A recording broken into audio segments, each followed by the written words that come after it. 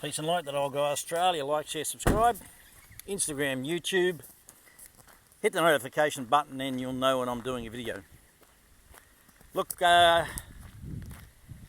just want to preface this by saying that my truth is my truth. It's not the truth, it's my truth. I've always maintained that and I've never shied away from that fact. So don't think that somehow I'm trying to preach to you or persuade you a certain way when I give you my videos, because I'm not. You can form your own opinions, and that's all I've ever wanted. Even for those who've been involved in certain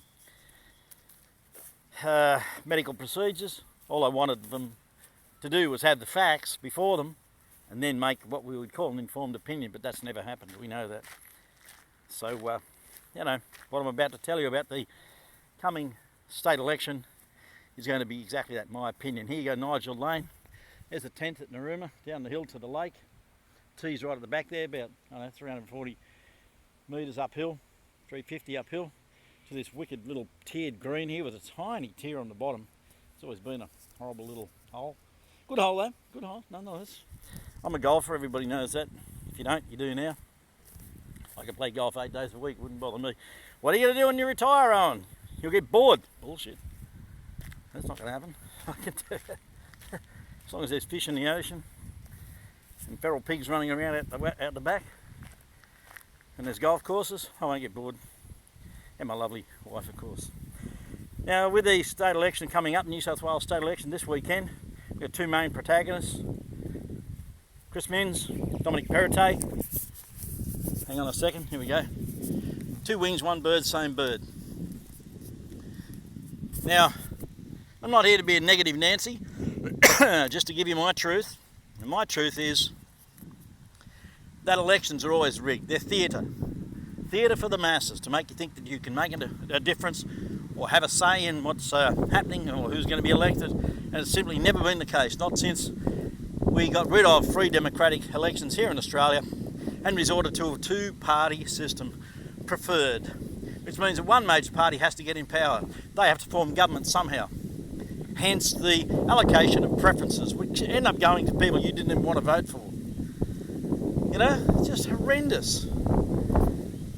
So it's not first past the post. In fact, we had Julia Gillard get in with 33% of the vote, meaning 2/3 of Australia voted her out, didn't want her, and she's crowing like this friggin' idiot rooster, telling people how she's been given, you know, mandates by the Australian public and they've wanted her in office and crap. It took her 3 weeks to form government doing deals with the Greens. And once she let the Greens in, they knew they were in anyway after what Kevin Rudd had done to allow the Greens into the Labor Party, but Julia Gillard did worse. She'd already stabbed Kevin Rudd in the back to take his job, and the Greens had a foothold. And they pushed themselves further into the Labor Party to the point where now the Labor Party no longer represents the working people or the working class that it once did. My dad would be horrified at how the Labor Party portray themselves these days. They are just disgusting. They're all disgusting, but they're more disgusting. They're run by the Greens and they're paid for by the unions, and the voice of the Labor Party is the ABC and SBS. So, you know, it's just disgraceful. Both tax-funded organisations. So,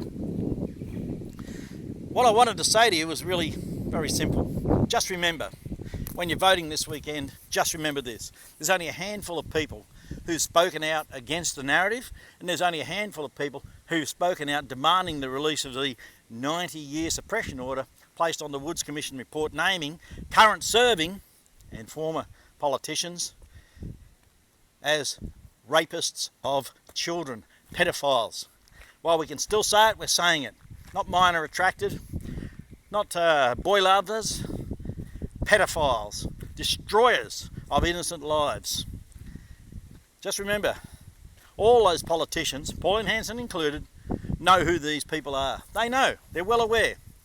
I don't care who you think you're voting for, they all know who these people are. So ask yourself this one question: which one of these politicians have demanded that the government remove that suppression order and root this evil out of office?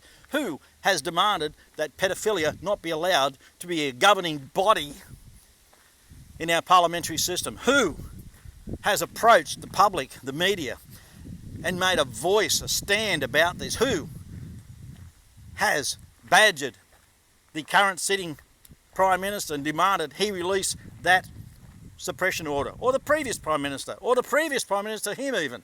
Who? Ask yourself that question before you give away your semblance of a vote. Peace and light, that old guy Australia. Like, share, subscribe, hit the notification button, and we'll catch you soon.